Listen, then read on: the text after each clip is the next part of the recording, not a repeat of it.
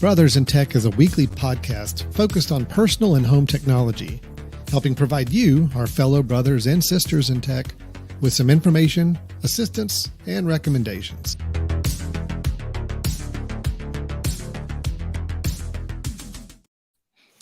Hello, everyone. Welcome to Brothers in Tech here on the Mesh.tv podcast network. This is our show about home, family, personal technology, and it is called Brothers in Tech because there are two people on the screen or in your headphones that both have the same last name. And yes, it's true. The rumors are true. We are brothers. So let's put the speculation to rest right now. It's all over the internet. It's all the rumors are flying. Let's just go ahead and put it to rest. Yes, we are actual brothers. I am Alan Jackson. That is Brian Jackson. We may live in different states, different sections, different time zones of the country. Right. But we still get together once a week to discuss technology because that is all we really have in common. No, it's not true. We actually have a lot more in common. But well, notice I did not argue with your statement there. I mean, we have the same parents. We have the same sibling, and we like technology. So that's about it.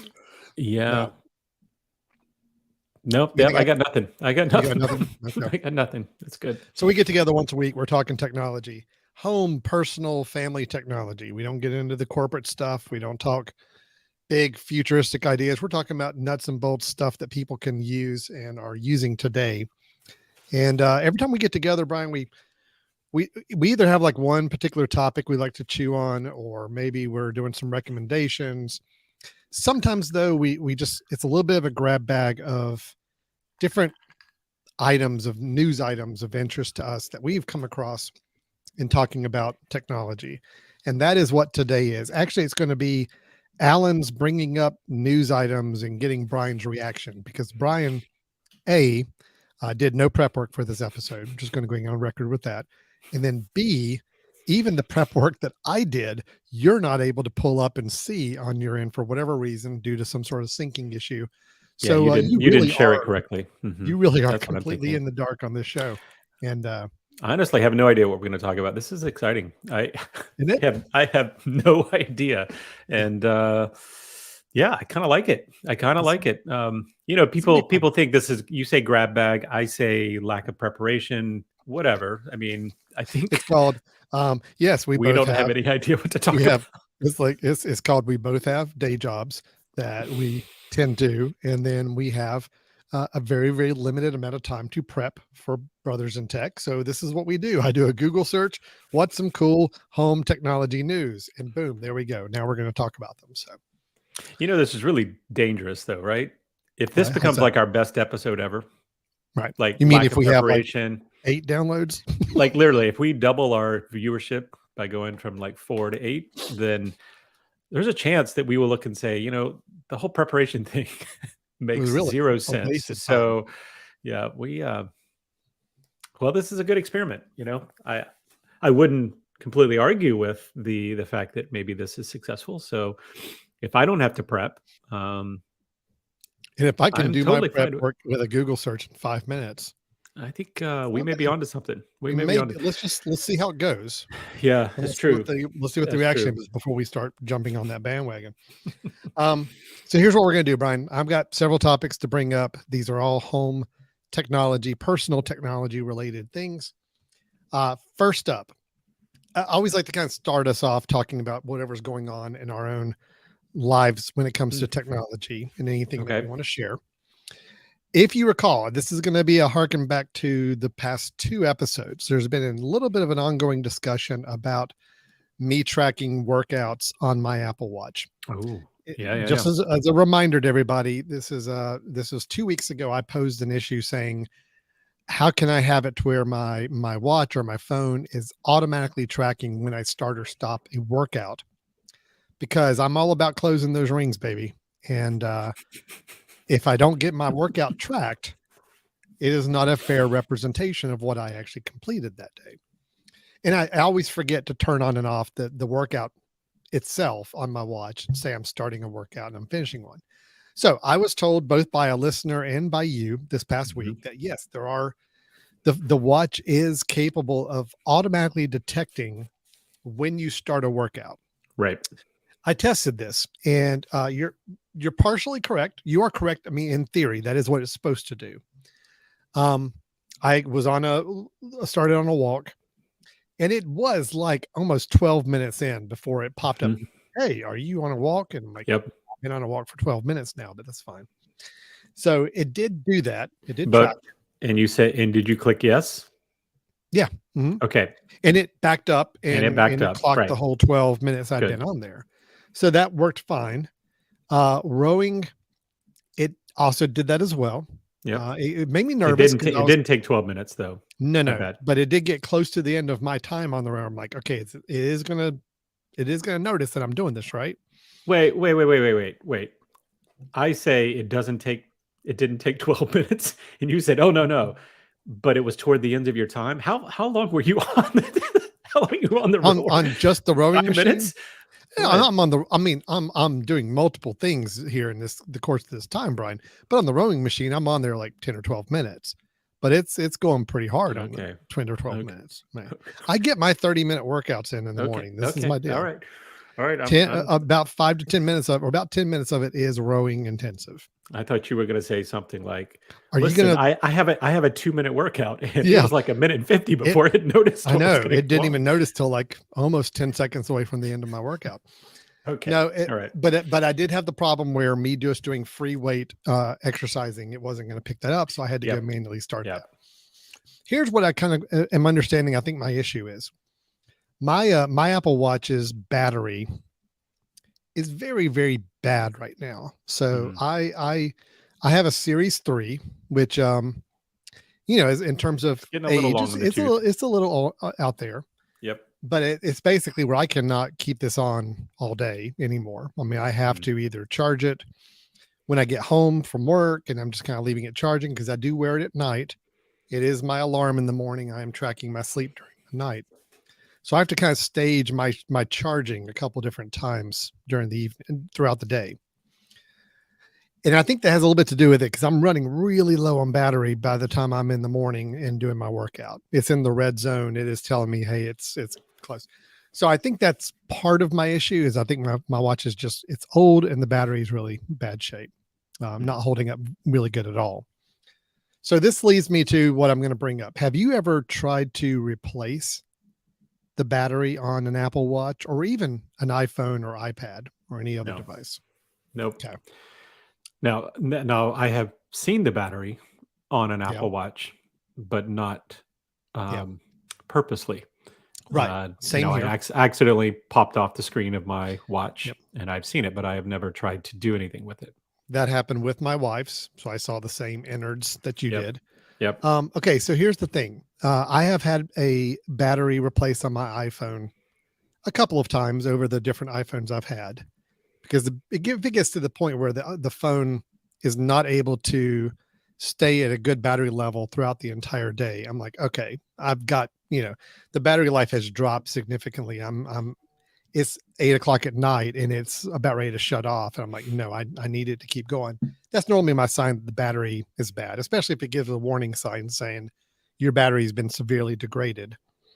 So I've just taken those to a shop. There's a shop in town that's an Apple authorized repair shop, and they will put in a new battery and replace it, and it's all good to go. So I've had that a couple of times with a couple phones I've owned. I'm getting ready to do it with an iPad that I've got, because I've got an iPad Pro, the original iPad Pro, and its battery, it just goes so quickly now. I can use it for maybe half an hour and it's down to 30%, the battery left. So I know my retailer can also do that. They can replace the battery on the iPad, which I wholeheartedly recommend to anybody. If you are seeing your battery life diminish, don't automatically think that means you need a new phone or a new tablet. It really could be that the battery, if you're someone who uses your device on and off all throughout the day, you could be deteriorating that battery faster than maybe the average user is. So the battery replacement could be the saving grace for you. And a lot of Apple retail shops or places can do it. I think I paid maybe $70 for a battery For a new replacement, which battery? is not bad. Okay. Hey, a lot It's not better than a bad. new phone for sure. Yep. Yep. But here's the thing, Apple Watch, my shop will not do a battery replacement on that. So I had to do a little research, and I'm going to show you. Have you ever visited the iFixit website? I have. Not recently, but yep. Okay. So iFixit is a great website. It is a site where basically it can give you not only instructions on how to do some of your own repairs to computer devices, phones, tablets, computers, and so forth, but also they now sell kits if you want to do some of the repairs yourself. Okay. So this is actually an Apple Watch Series 3 GPS, which is mine, a battery replacement and replacement toolkit for $30. Okay. Comes with the battery, which is right there, that little guy right there. Yep. Comes with all the other tools you need to make it work. That is actually a heating pad, so it actually heats up. And that is what you lay on. Release the glue, right? That's right. Release the glue that's going to be the adhesive on there. So all this kit, $29.99, $30. And I am about to pull the trigger and try to do this because to me, I don't need a new watch. I'm perfectly happy with the size and the features. The only thing I use the watch for is it's truly look at what time it is, see if I'm getting text messages from people so I can at least glance and figure out who it is. See when I'm getting phone calls from people, and then tracking my exercise and workouts. That's it. That's all. I don't do any interaction on the phone beyond that. So to me, $30, if I can do this, I'm going to do this. And again, it's ifixit.com is the website. So my question, Brian, should this be a future episode where I actually do this live on the episode? Oh my God, yes. Yeah. Well, or depending on how much pressure that is for you, you do it, video it, so we can potentially skip forward on it, because that's true. That's a lot of pressure. That's a lot of pressure. And I don't know how long it's going to take either. Right. So, right. Anyway, this will be something I will report back on. So have you read any reviews on it? Have you read any reviews on people that have done it, Alan? Because I'll be honest with you, I have no doubts that you could do it, and I have no doubts that it would work afterwards. My major concern, and one of the reasons I have never really even thought about doing this for a watch, is waterproofing, and how nervous I would be about waterproofing, the waterproofing afterwards. Now, if you're someone who if you don't go swimming with it, if you tend to not wear it in the shower all the time, if you're wearing it for workouts just for sweat, I would have no problems, because I'm sure the adhesive is going to be fine enough for sweat resistance and all of that. If you're someone who's going to go swim, I would be very nervous about letting this, assuming that this is going to be waterproof to the same extent. No, that is a good point. Good point. Yeah. Well, I don't use it. I don't wear it swimming. I don't wear it around any heavy amount of water. So I feel like I'd probably be okay, but I think I'm going to give this a whirl. Cool. See if it saves me from investing in another Apple Watch right now. I just don't have an appetite for that.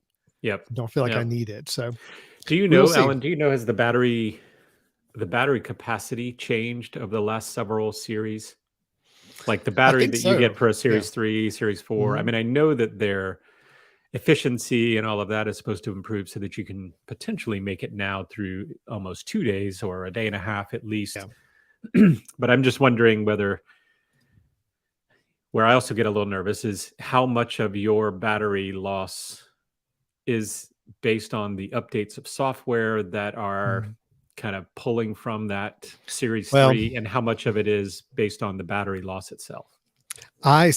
Good question. When I noticed my battery was starting to get really bad, I actually did a clean install, reset and install of the watch. I have no apps on it. Other than the stock Apple apps that come with the Apple Watch. And that's it, because that's all I need. I've turned off notifications for everything except just the text messages and things. And workout exercise notifications. Yep. So I've really got it about as minimal as possible as I can. And it's still just as amazing to me how quickly the battery goes out. Yeah. So that would argue that the battery should help a great deal. It used to be really good. I mean, for years when I had it, I could charge it just like I could charge it like an hour, hour and a half in the morning while I'm getting ready, showering, all that stuff. And it lasts me until all throughout the next night. So I don't have to charge it again until the next morning. And maybe it's like every day or two, giving it an hour to 2 hour block of time where it could be charged. That's enough to keep it active for the rest of the day. Now I could charge it in that same couple hours, and by late in the day, it's out. So yeah. Anyway, it's my hope. I will be reporting back on this to let everybody know how this goes. But again, that's ifixit.com. I do recommend, if anybody feels like they are savvy enough to want to try to do some repairs on their own, they do sell phone and phone and tablet replacements. I noticed on the phones you can get, let's see, where was it? I think on the phones you can get kits, and you can get just the batteries itself if you want to do the battery. Like if you've got all the tools you need, you just need the battery. On the iPads or tablets, I think they just sell the batteries. I have not seen a kit that they've released with all the tools and all the stuff that you would need to make that work. But overall, I like iFixit. If nothing else, even if you're not interested in buying anything, there's so many great resources and repair guides on how to do things that you can typically find most common issues that are self-repairable on your devices, and with instructions on how to do it. Yeah, and iFix has been around a while, and they're fantastic. I think they've even potentially gotten a little better now that Apple has kind of released a lot of the repairability, documentation, or the packages that you can get to repair. So yeah, I agree. That's it. I think in your case, it's worth a shot. I just did a quick look to see, what price used Apple Watch 3 Series 3 tend to be running for, and you can get them for $75-$80. But then you're running the same question before. It's like, is this battery already bad? So if you like the form factor, you liked its functionality when it was newer, this seems to be a really smart move. If you were concerned about like, hey, listen, I really love my Apple Watch, and I feel like I want to future-proof a little bit. I will say this is this is my second Apple Watch. Neither one have been purchased new. I bought an Apple Watch 3 initially, wore it several years until I was peeling off a screen cover that I had on it, and the entire screen popped off, and I didn't have the capability at that point or the confidence to go and do anything with it. So I bought another used one that was a Series 4, just one step up, for $100-$150 or something, and it's been fine ever since then. But I'm I'm a big believer in used, because I know that there's a lot of people that are getting rid of these things that maybe have decided either they like to always have the newest and greatest, and there's one that's pretty good on for sale.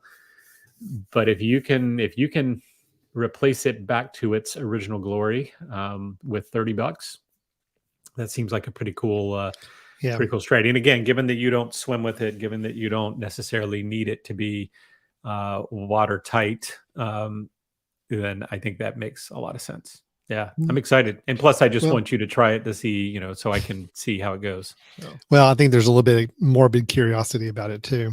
Totally. Just as before we leave this site, I was just looking at curiosity, like an iPhone 11 battery, for people that's still a relatively recent iPhone, 2 versions back. 3 versions back, $40. You get a whole kit, the battery, and you get all the tools you need with instructions on how to do it. Granted, I would have paid $70, maybe between $70 and $80 back when we had an iPhone 11, and that was a fairly recent or new model, to get it replaced by somebody else. If you're so inclined and you think this is kind of fun and exciting to do, to go in and crack open your phone and replace the parts and have a feeling of accomplishment after doing it, for $40, you get the tools that you get to keep, obviously. Yeah. And you get the battery to replace on your phone. So, it's not bad. It's a good way to add some extra life to your phone instead of just that immediate knee-jerk feeling that you got to go out and buy a new phone. Yeah. Well, I am excited to hear whether the instructions are, good enough, whether there are steps in the process that, aren't clear for you or any of that. But No, it's great. My wife she has an iPhone, an older one, an SE, the small one that she loves, and I know that the only frustration is the battery life has gotten low over the years. So, Well, there you go, right the there. the beauty of both of those is that Apple Watch, iPhone, you can go in and look at the battery stats, and it'll tell you the battery health. And I think the rule of thumb is if it shows less than 80% battery health, that it's probably time to either replace it, or it's going to Yeah. start really depreciating in terms of your experience. So I think that's All right. good. Wow. Okay. Just like par usual, Brian, that took a lot longer than I expected Of anything we course. ever talk about to do. Of course. But Yeah. that's okay. Let's move on. I want to go ahead and talk about some of the news items I've got. Yeah. Let's do And that. then we'll maybe circle back around and do a little catching up on some other personal stuff we're doing. But let's hit these. I'm really interested in your take on some of these. First one I'm going to bring up, first news item. Segway, the company Segway that makes the actual Segway movers. They were the big things that even Steve Jobs was just raving about when they were released many years ago. Supposedly they were going to change the way our communities operated. They were kind of a fad for a while. There's still some floating out there people enjoy, but they really These did were not. these were the two-wheel stand-on, but also had handles, so you were standing. So it's like currently they've been kind of replaced with the two-wheel scooters that don't have Right. a handle, right? Yep. Yeah, Segway. it's just you just don't see many out in the wild anymore. They didn't really catch on in the urban environment, I think, like they were hoping. So, but the company Segway is still manufacturing new things, and now they have the Navimo, which the name is kind of funny, but it is a robot lawnmower. Now, Okay. robot lawnmowers are actually kind of a big thing in the UK right now. I'm understanding they have not quite made it to the US in terms of popularity and use, but in the UK they seem to be a little more, people using them a little more often. So of course we're talking about the idea Probably of smaller a little square bit of that. footage of That's true. Yeah. location. Yep. So the transporter, the Segway, is actually discontinued at this point, but the company Segway has moved on to some other devices, and one of them being the robotic lawnmower. So the idea is that right now it's available in Europe across 12 different countries. There's no news on when they're planning a US launch, but the tale is that that will be happening. So, of course, as the idea of a robot lawnmower, the prices, it's a little pricey. It's the one out there is about 1,300 pounds, which I forget my translation pounds to dollars, but it's relatively close. So I think you're looking probably 1,500 or more on the pricing on this. It has a lithium ion battery, and it works just like the kind of the vacuum cleaners that we're all getting more used to nowadays do, where you actually set up a zone, a perimeter for where your yard is, and it learns that yard. And so when you turn it loose, set it on your yard, it knows the yard, it knows the dimensions, it knows everything about it, and it just cuts loose and goes. And they have said that there's, to be clear, it's not a ride-on device. You cannot stand on it. That's what I wondered when this was a Segway device, whether this was just incredibly lazy versions of, riding lawnmowers, but it's funny. They say the initial setup process the first time is you get an app on your phone, you download it, you pair it with the robot lawnmower, and then you create a map kind of your yard on the app, and that's what gets transmitted to the lawnmower, and that's what it takes it and runs and does. So it does not require any physical boundaries, cords, strips, or anything as any sensors. It is all done boundary delineation on the app itself you set up. So, Brian, I'm trying to remember. I have not visited your house. I do not know the size of your yard, but you have a bigger yard now than you did previously, correct? Yep, I do. And I tell you, the challenge with this, because I love the idea. I mean, I can't say that I thoroughly enjoy mowing my yard. But my challenge is just the same as the fact that I can't have a what are the vacuums called, the robot vacuums? The Roomba. Roomba. So one of the Well, reasons that's one brand name of yeah, it. Yeah. exactly. The one reason I can't have a Roomba is all of my areas are separated by small staircases. So in my Mm, house, I have, a living room, and then down a small staircase, a family room, and then up small staircases, bedrooms. It really makes no sense for me to have unless I had three of them, one on each of our different little, right. areas. The same thing goes with our yard. We have three different sections of our yard that are actually divided by gates and divided by Hmm. staircases. So for me, it makes, unfortunately, no sense unless I had multiples of these. I love the idea. And if I had one yard or maybe even two, like a front and a back, that I'd feel comfortable setting this up, I think it's great. Um, Alan, you remember we talked about these back with one of our guests back in the day, one of our friends of the show, Rob Dickerson. I think we were Hmm. talking with Rob where we were talking about lawn maintenance and some of Yeah. the technology and how these were. I think he even mentioned at the time these were popular in Europe still, Mm-hmm. but I mean, here's the beauty of it, right? One, it's timely. You can tell it when you want to do it. You can. I'm sure the app will also allow you, just like everything else, like sprinkler systems. If it rained a lot today, don't do it. Hmm. Right? Sure. I'm sure you can kind of set it up so that it's doing it. You don't have to worry about rushing out there on a dry day when you don't have the time to make things happen. Yeah. Um, I would assume there are also some smart features that could eventually happen with it, where it maybe even lets you know the health of your lawn, and the fact that, maybe there's, hey, we notice a lot of dandelions because we have our Mm-hmm. scanner that tells us this. It seems like there's lots of cool things that it Yeah. could do in the future. Well, Um, a couple things with it too, just to kind of make sure for anybody who may be concerned about the idea of letting loose a device across your yard that has a spinning high powered motor or blade yeah, cutting. There's a lot of safety features they build into it, which I'm sure is standard for any of these robotic lawnmowers, but it basically does. If it sees something unexpected, something kind of comes in its path, it's going to stop and dodge it. It kind of knows that. So again, once it's laid out and got to know the yard, if something appears in that yard that it doesn't know or doesn't recognize, it can avoid it and make sure it stays clear. One thing I really like about it is it's got a really pretty high waterproof rating. So to Mm, clean it, you just hose it down, yeah, that's which is great. really nice. That's great. Um, so anyway, it's very, very interesting. I know these have been around for a while. We just have not here in the United States really have great availability to try any of these out. I've got a perfect yard right now for it. My entire front and backyard is connected by the side yard. No fences, no gates, no barriers. Yeah, I could nice. really honestly turn it loose and it could cover the entire yard if I just don't know how battery wise if it has to kind of park itself and recharge for a amount of time. That's what our vacuum cleaner does.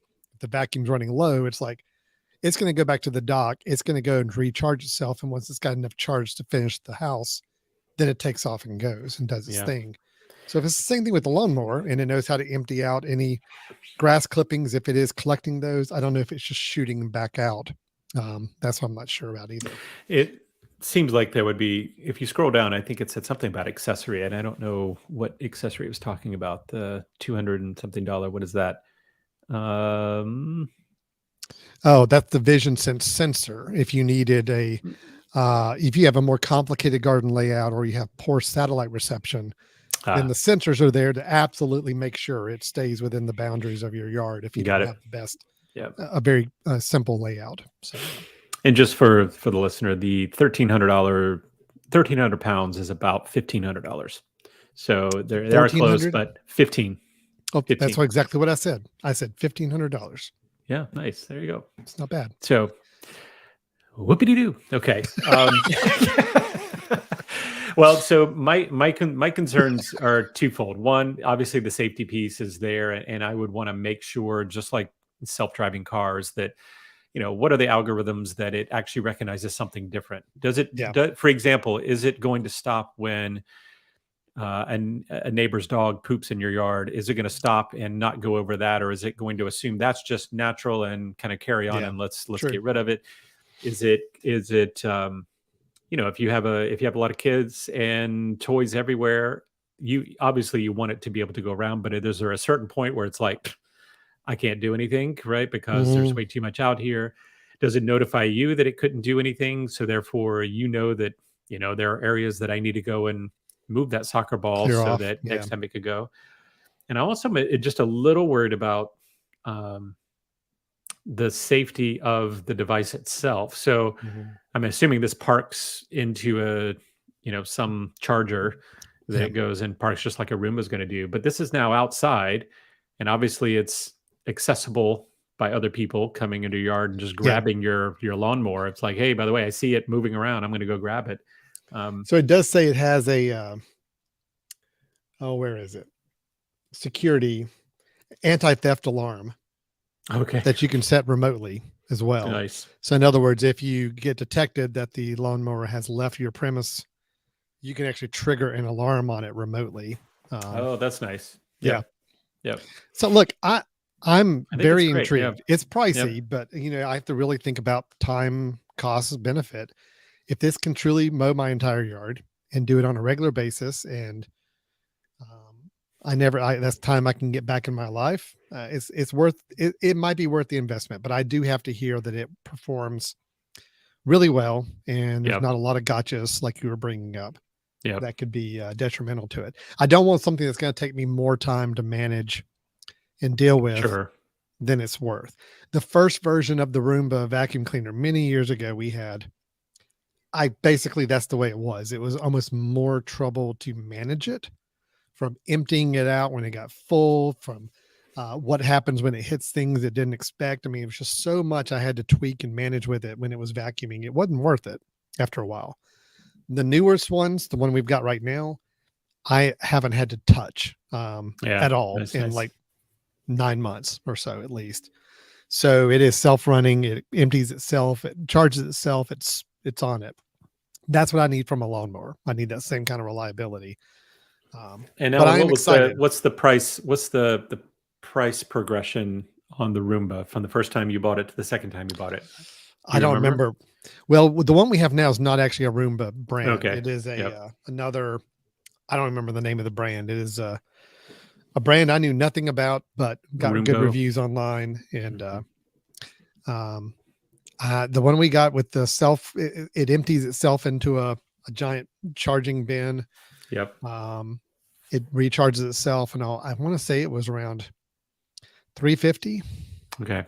Something like that. So I'm assuming it feels like Roombas or that type of device hasn't gone down tremendously in terms of price. No. I can't imagine it. I mean, it wasn't like they were $600 to start and now they're $100. It's changing from maybe $300 or $400 to $200 to $300. If so, I'm guessing, honestly, like I went with the brand that was not Roomba because I thought Roomba was a little overpriced, and this one and you're still paying had good reviews, so I'm still paying.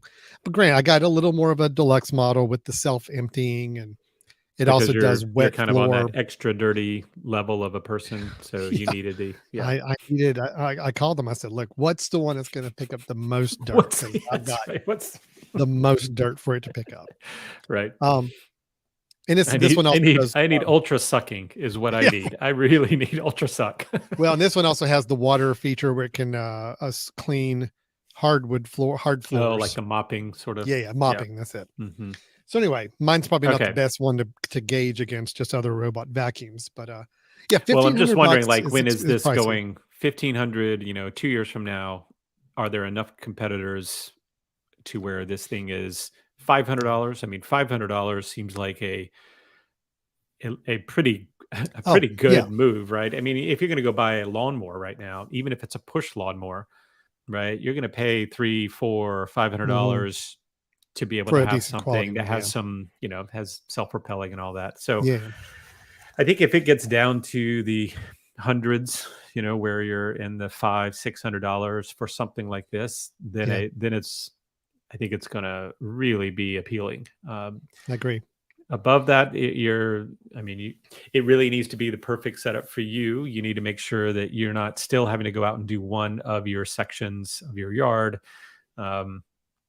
What I keep thinking is, and I'm sure this is where it's going to go, but I would love if it were to send you a push notification after it was done and gives you a report, a visual that says, everything's painted here. Like this was all cut.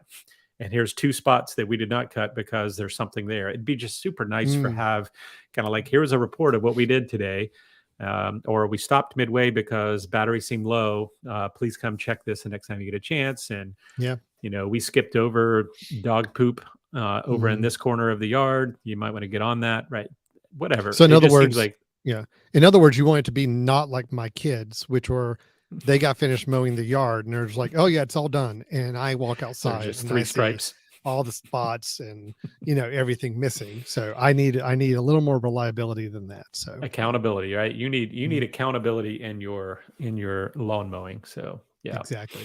Well, I like it. I like it. I'm truly intrigued in it by this. I want to hear some good reviews of it, and I want it to come to the United States. So I'm ready for it. Oh yeah. I feel like there's a couple of things in my life that if I could get automated, I would be so happy. One of them is mowing the yard. The other one is, what is the other one?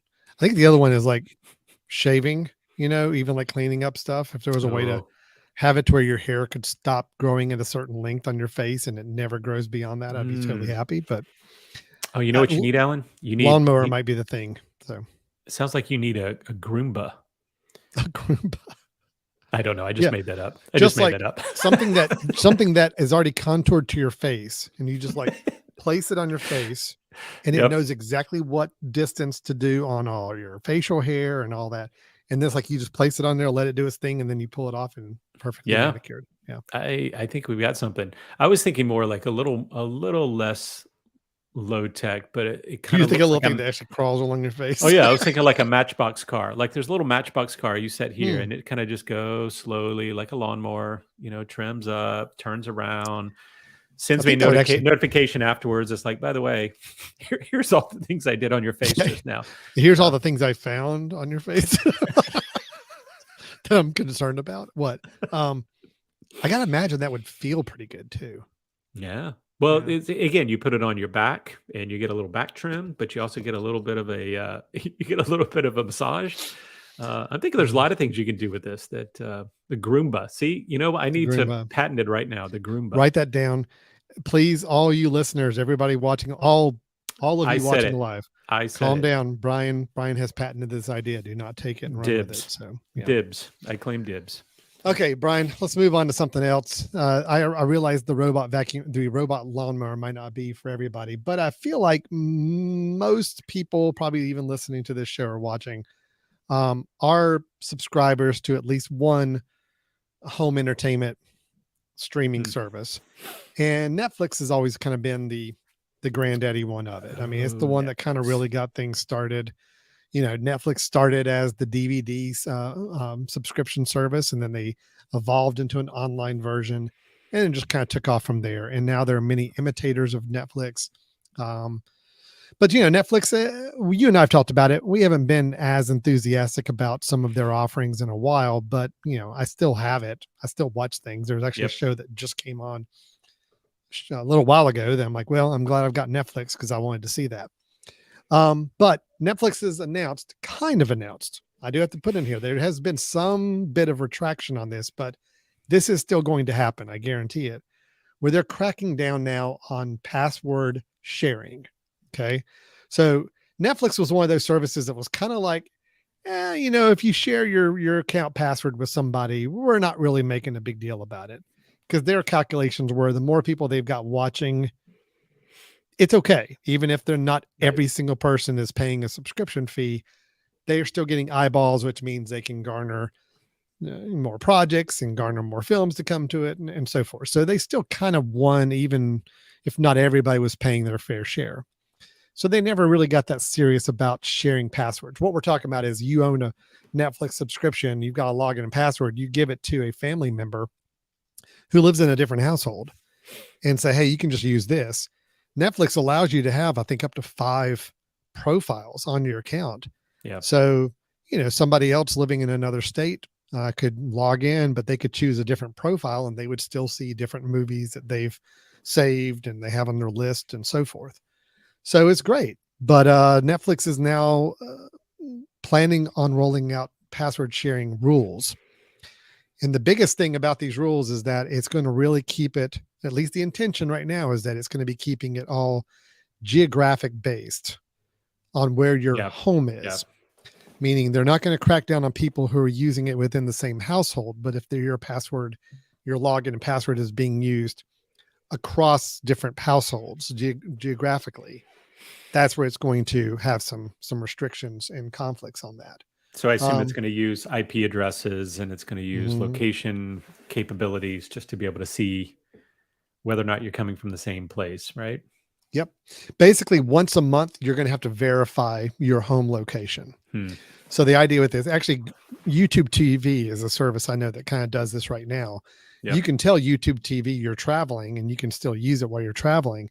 But on a certain occasion, you have to be able to check back in and say, I'm back in my home location.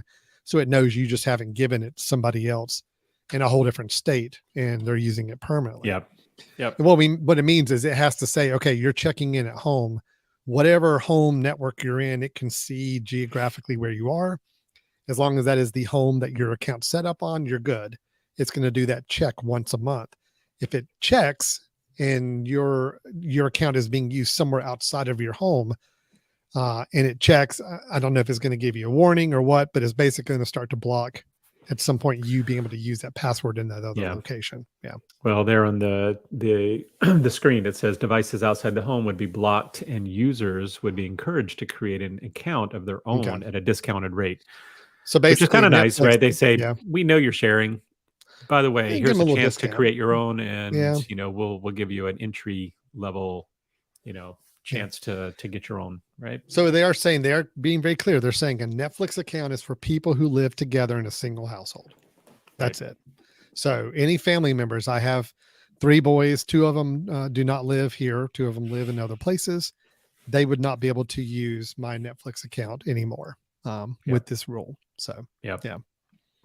Brian, it doesn't thoughts? say it has to be family. It doesn't have to be family. It just needs to be location based. So if you have a roommate, sharing is fine. If you have, what about if in an apartment complex? Duplex, I'm curious about like an apartment complex. If there was a group of apartments that could all use one, because geographically, from a GPS location, it could kind of look like they're all in the same household. So except for the IP address, right? The networking could be the issue. Yeah. So it seems like if you're sharing Wi-Fi, which I know some apartment folks will do, right? If they're next to each other, they share Wi-Fi, then I would assume they have no way of knowing or would ever worry about cracking down on that. If you, though, each had your own Wi-Fi, your own connection to Comcast internet or something, I'm sure it's going to kick back that you're in a different network, which means, we need to know. Yeah.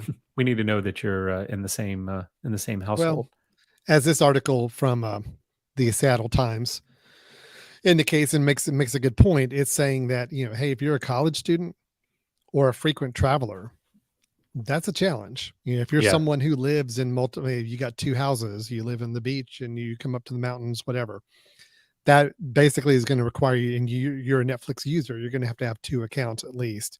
College students will have to have one at the college and then one for when they're home. Well, or they use the family one when they're home, but they'll have to have a separate one when they're at college. So it does start to add some complications. Now, look, I get it. I mean, I do. I mean, I get it. Sharing a Netflix password with, multiple people is not good business for Netflix. I mean, it's just not. And I don't want to make it sound like I'm sitting here trying to justify why we should be able to share our login with like multiple people. Because I get it. I mean, you got to pay for the stuff you get. You pay for the content you get. I just think the definition of a family household could be a little trying for some people. Yeah. Again, like I mentioned, college student. I really don't want to have a separate Netflix account for my son who's at away for school. But he watches Netflix. So what am I going to do? I guess I'm going to have to, just for him to be an hour and a half down the road from us.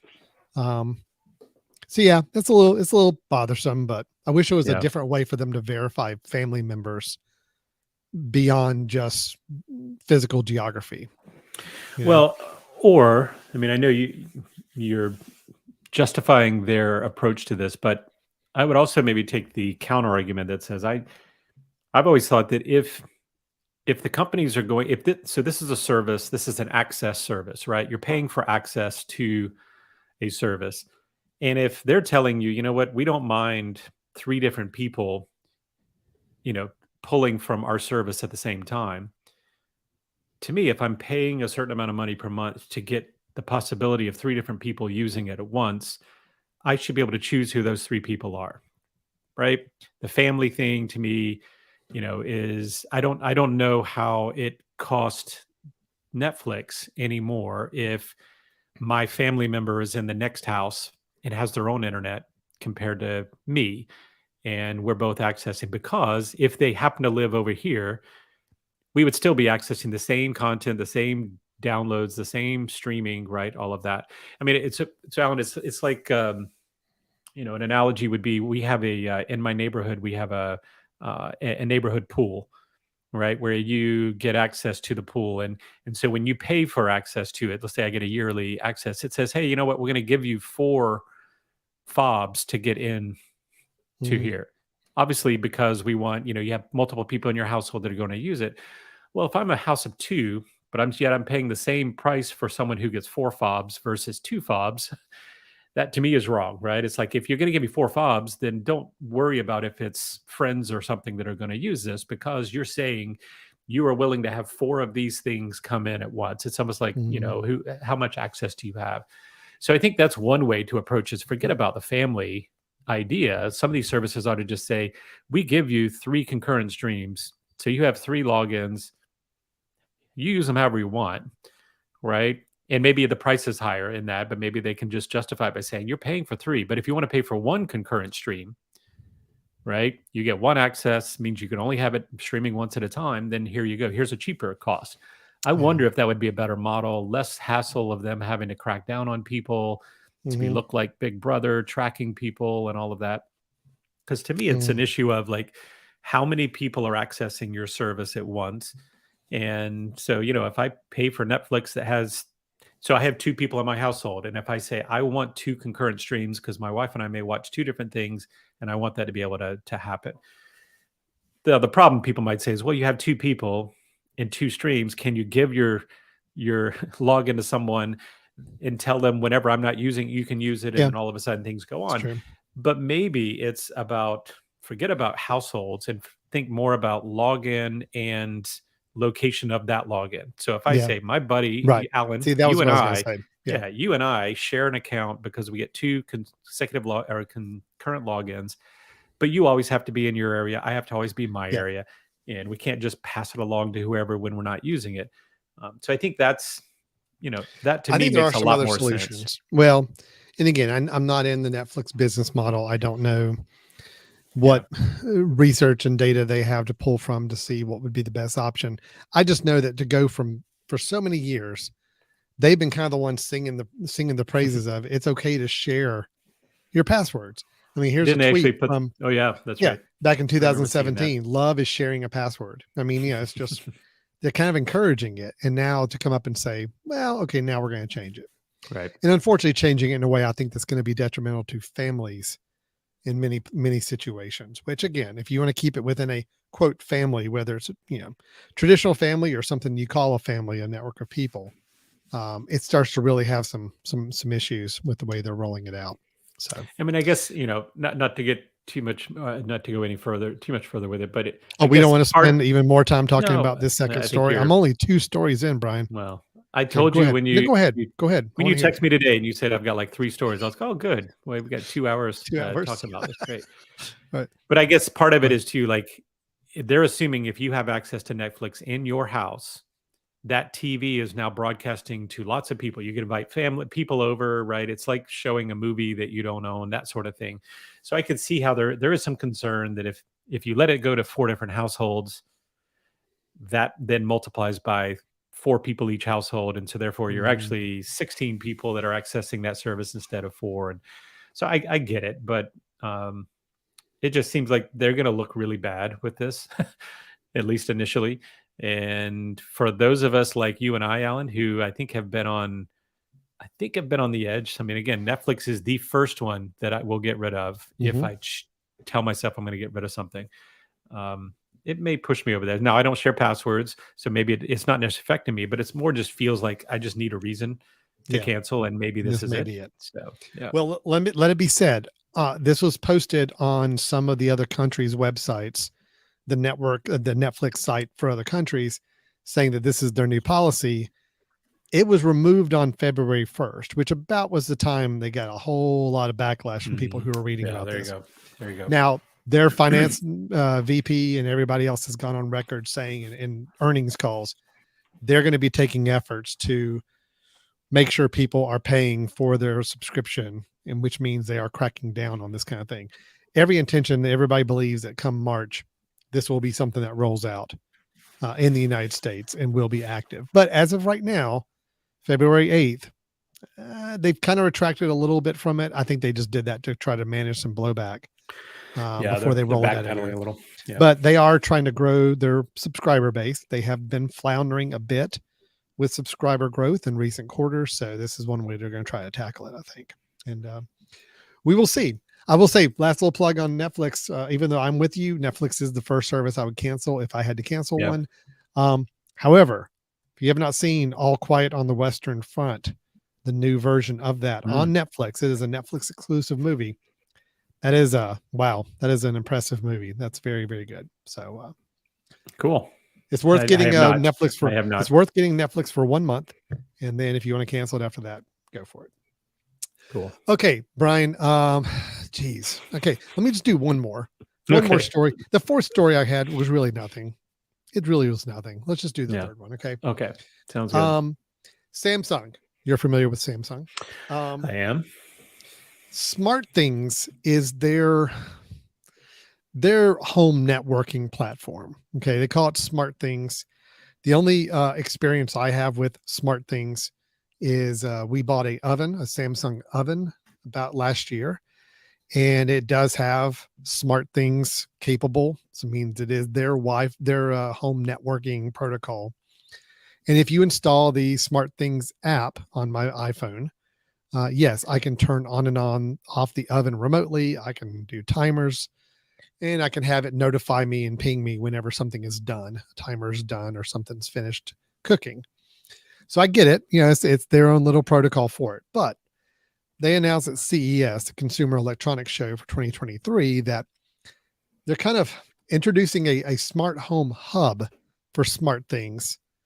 And what they're saying this is going to do is that it is going to interact with your other smart devices on your home network. And this is where, Brian, I'm just trying to wrap my head around this. I cannot quite decipher if this is meant to be a platform that they're rolling out that is going to be competing with HomeKit and Alexa and Google, or is it something where they're bringing out devices and they're opening up their SmartThings protocol to interact with devices on your network, regardless of what platform system they're on? This is where I don't know. So basically, the press release here is not terribly telling. I'm interested in this device that the hub itself is a giant push button. So the hub itself is a controller as well. So basically, you plug this hub in. It has push button controls in different corners that you can program to do different things. But they're just basically, the quote from their head of SmartThings is, the number of devices in a connected home continues to grow, especially in light of the recent Matter standard launch. Again, Matter is that more open protocol that many of these home automation devices are going to move to so they can all interact with each other. It says, we're proud to play a role in making it easier to embrace this exciting technology. So if it's using Matter, which is not really that clear on throughout the rest of the press release, but basically it's meant to, I brought this up mainly because I was just more confused the more I read it. Is it saying that it's going to work with other Matter devices in your home? Is Matter kind of what this is all based on? And then they're releasing this hub that also acts as a button controller. Looks like you can press different corners of the pad to make different things happen. Well, okay. So here's my concern with this, right? Because the purpose of Matter, which we've talked about before, was to try to develop a standard, right? A standard that all of these companies could be built off of, so that therefore there would be functionality between them. Um, what I'm wondering is them suggesting that these will maybe be able to control Matter, maybe is suggesting that they are continuing to keep their own proprietary connection, but they're adding Matter elements to it. So like you could buy into this, and as long as you have smart things, you can also then put in lots of other things based on Matter, as opposed to the reverse. That would be my concern, is that they're saying, well, oh yeah, we're gonna get the best of both worlds. We're gonna make you have our stuff to control our things, but our things, if you have our things, will also allow you then with a hub to go and control your lights and your other things that you already have, because we'll Yeah. tap into Matter. That would be That's what really I'm frustrating if it was the interpreting. case, because that seems completely counterintuitive to what this whole Matter project is supposed to be about, right? Is like they're tapping into it to use it, but not necessarily to let other people use their stuff. Again, not Maybe. knowing, I Yeah. haven't read this either, and that would be my concern. Well, Um, my guess is that they are only using this with Matter devices that are certified as Matter compatible home devices. That is my prediction. They mentioned Matter twice in this press release.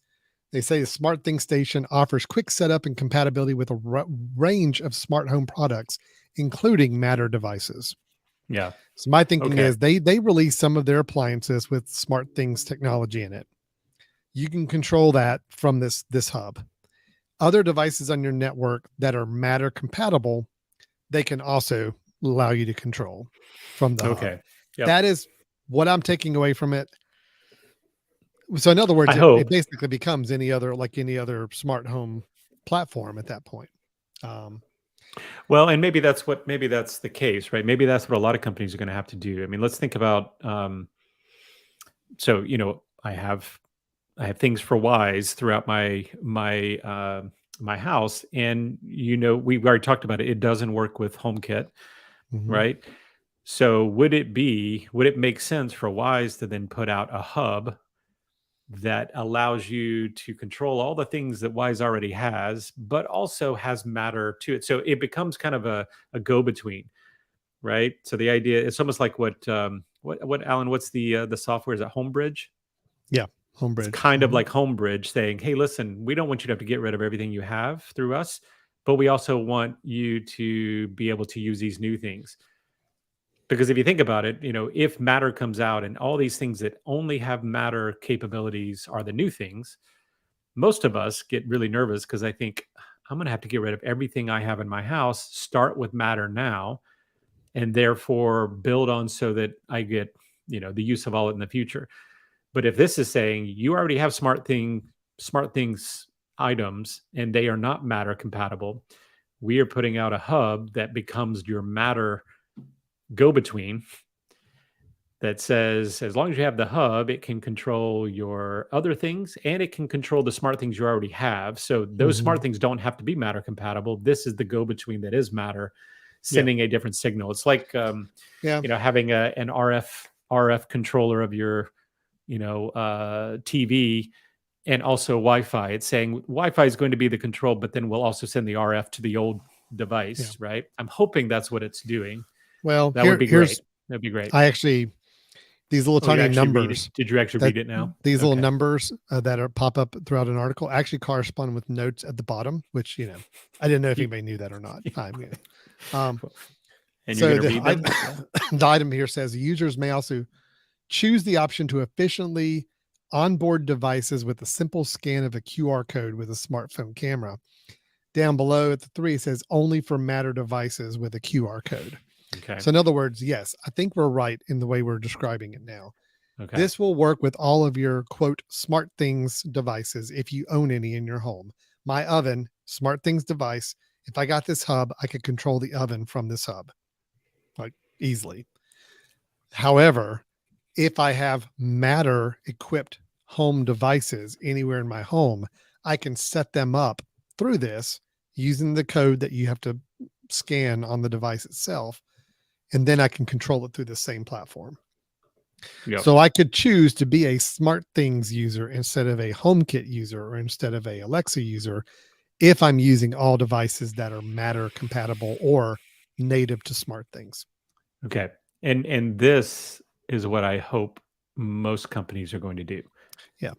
This is Matter this is becomes the this is the commonality. reason. Yeah, this is the reason that most companies could still make money and not lose you. So, for example, if you are, I mean, I want to say Wise again, but just some random company that has their own. Maybe they've done Alexa over the years, but they haven't done HomeKit.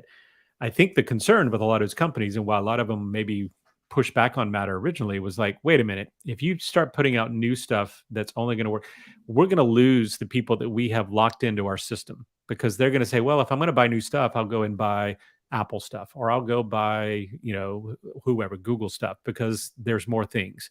Yeah. But if you can tell them, you know what, we're going to give you one device that's going to be backwards compatible with all the things you have and forwards compatible. It's going to be your hub that is your go-between, so you don't have to get rid of what you have.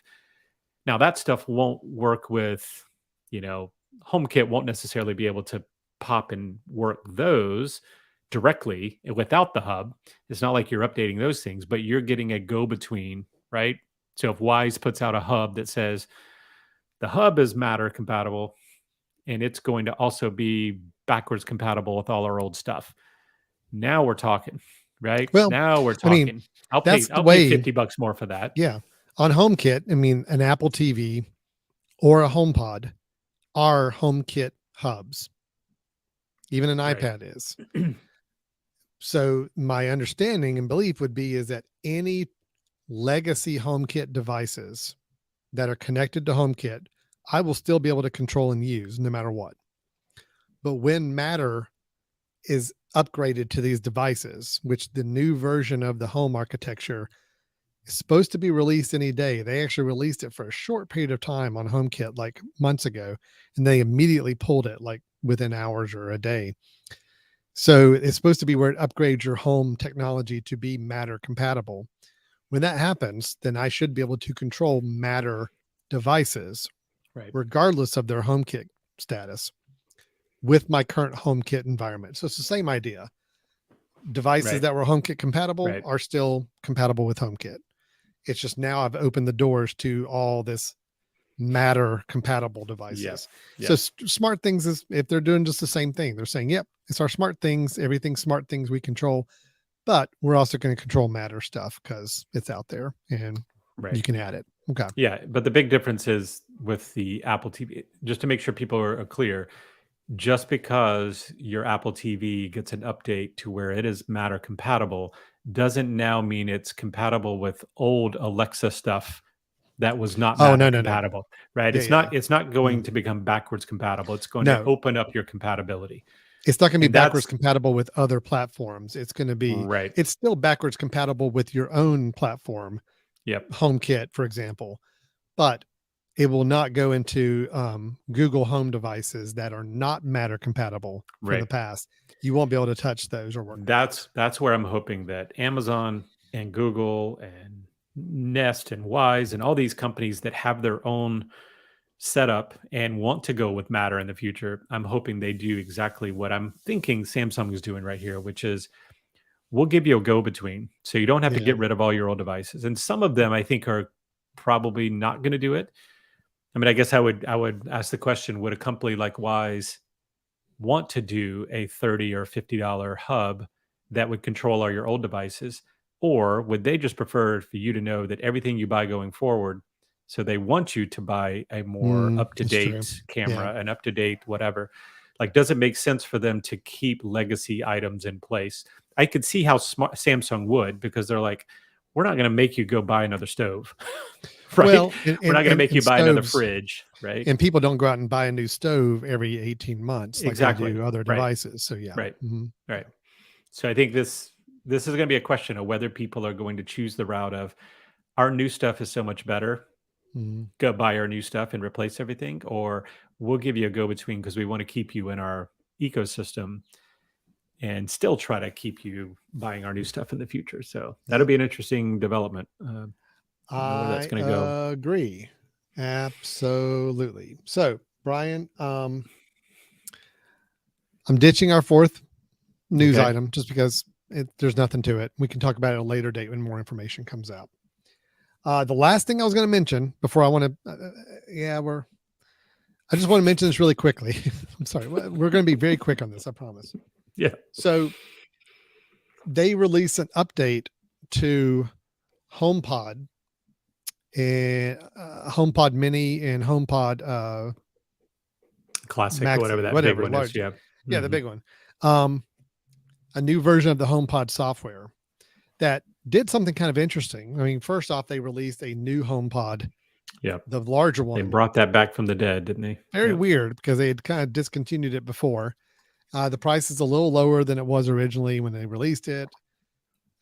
I've heard sound is really not any different. Sounds still just as good.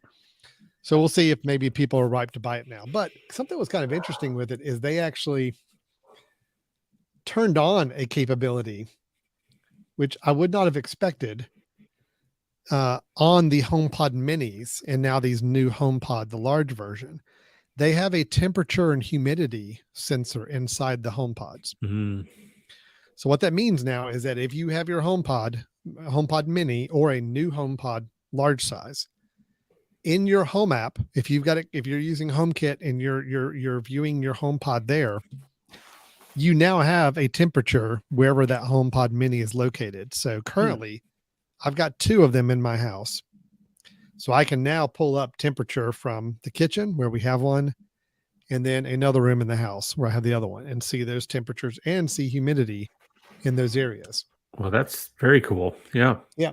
Which I thought was really interesting. So, and what it does in the HomeKit, let me see if I can show it here. Hold on. Yeah. So here you go. I'll show this. Let me share this. Yeah. So this is my HomeKit app on my computer. I've gone to a tab called Climate, which what it does is it's now showing me there's a temperature gauge and I've got a range of humidity. And I'll tell you why I've got a range of humidity. So temperature, if I clicked on temperature, I gotta click over here. Okay, you're not seeing the pop-up window, unfortunately, but the pop-up is reminding me that, yes, the room it is in is the kitchen. So it is my kitchen HomePod.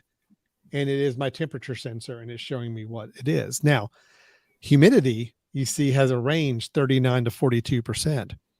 That's because there are 2 different places I've got humidity readings, and it's giving me a range and saying, hey, between the 2 places where you've got HomePods, the humidity ranges from 39 to 42%. So if I were to click on it, I get a pop-up. You can't see it, unfortunately.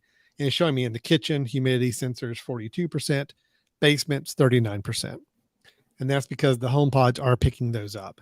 So it was just a software update. So any HomePod minis or the newest HomePod large version have those sensors built in, and they basically become activated.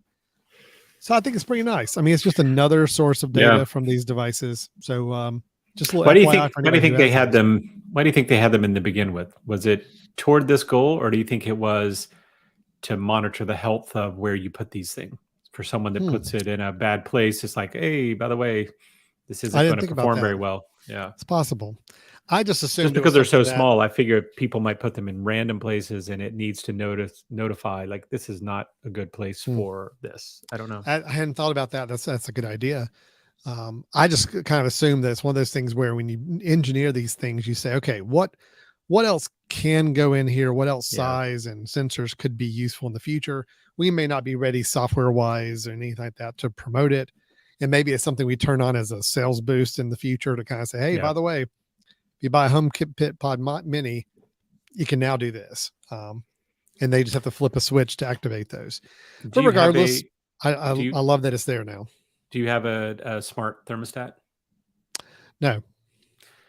So what would be interesting is to know whether you can use these as remote sensors for that smart thermostat if you had one, to say, listen, I have one upstairs, I have one downstairs. Please use the average of those, like I do with my Ecobee. Yeah. I have 2 little remote sensors, and I just tell it use the average. One's up top, one's down below. That's interesting. I hadn't thought about that. That could be.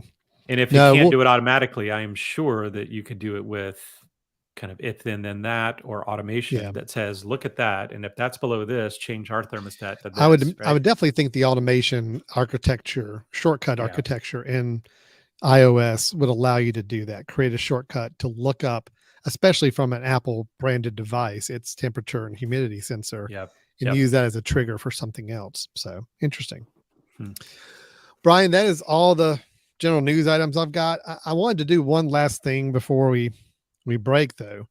I want to get an update on your setup right now, Oh, because I really? know that you've been kind of making some enhancements to your desk workspace setup, and I'd kind of like to look. I'm doing a little comparison. I'm doing a little kind of what's Brian doing, and is it anything I should be doing, and I can maybe do it better. That's really where I am with it.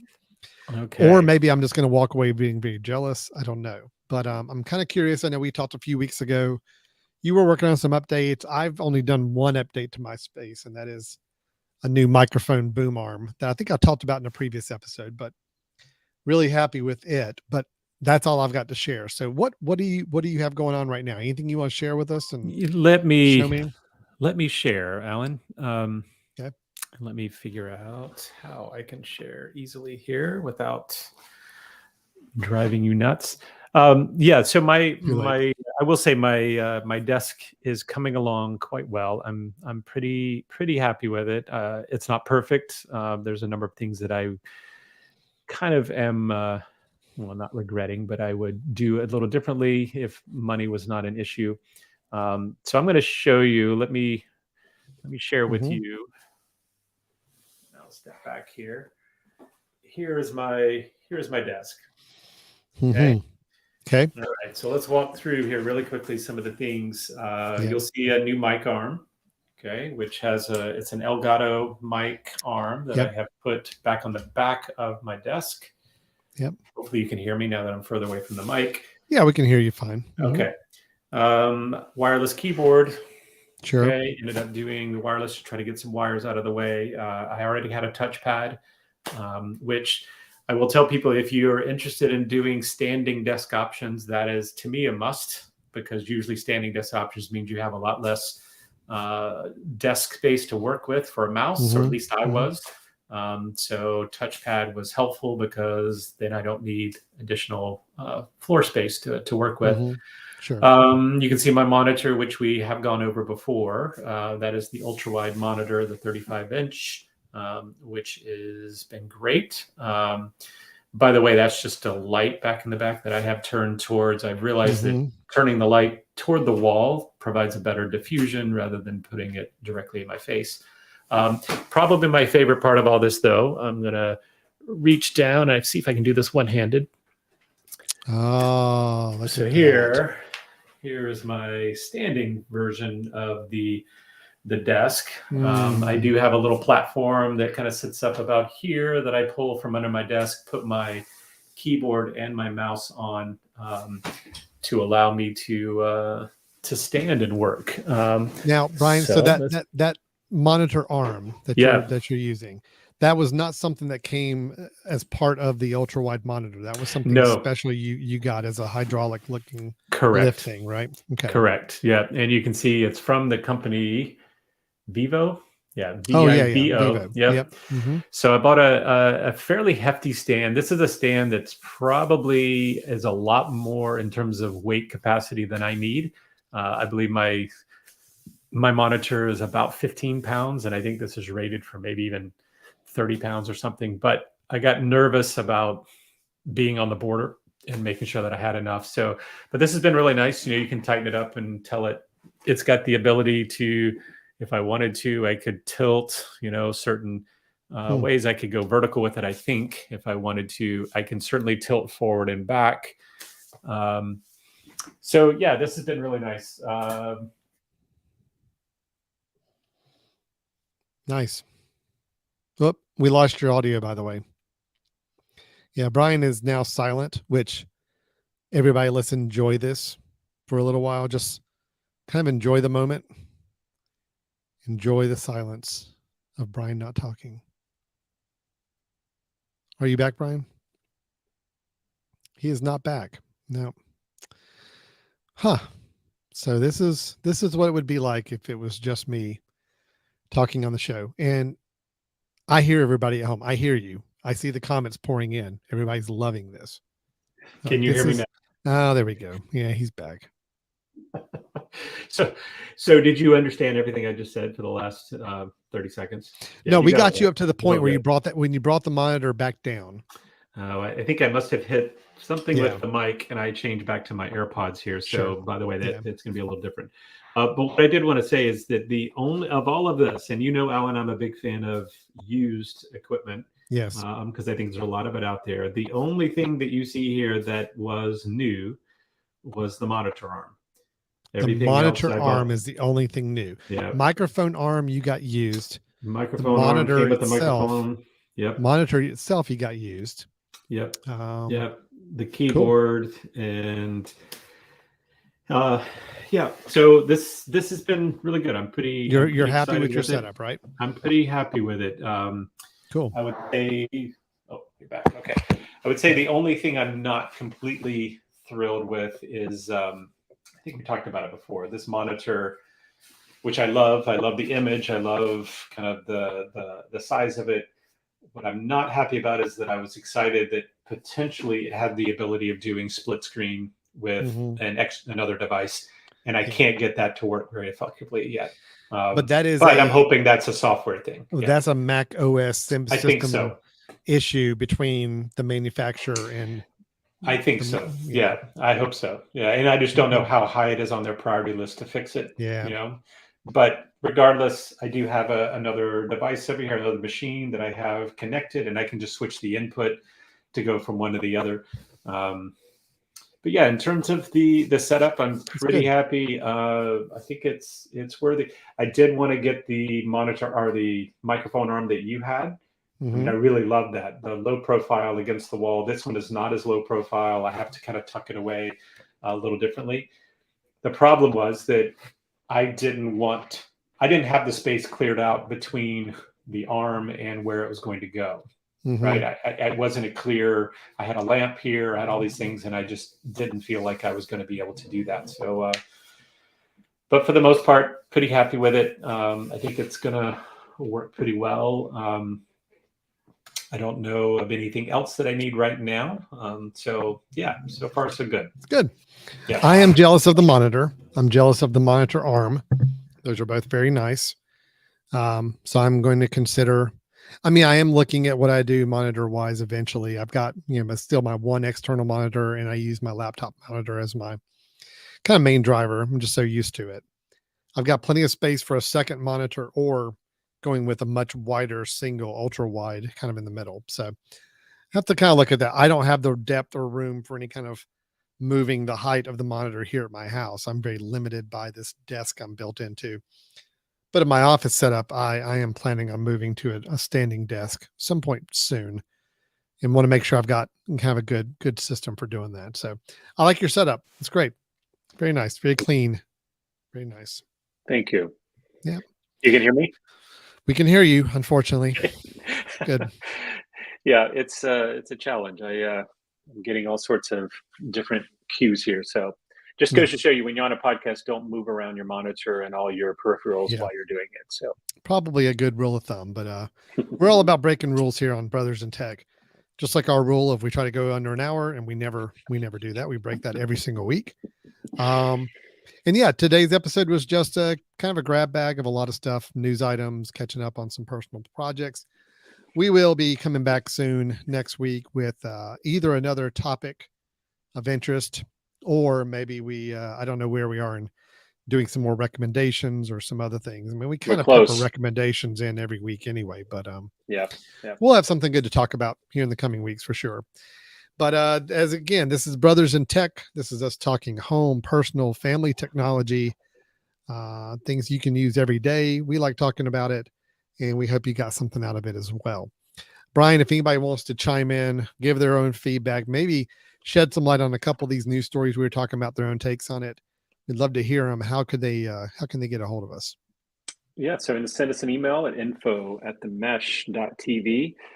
If you've had Netflix police come to your house so far and tell you that you can't use your accounts anymore, send us an email and we'll talk about it on air. You can also go to our website, www.brothers-in-tech.com. All right. That'll do it for today. Thanks everybody for watching or listening to us in our weekly brother get together chat. And we will look forward to talking to everybody next time. All right. Okay. Take care. Bye-bye.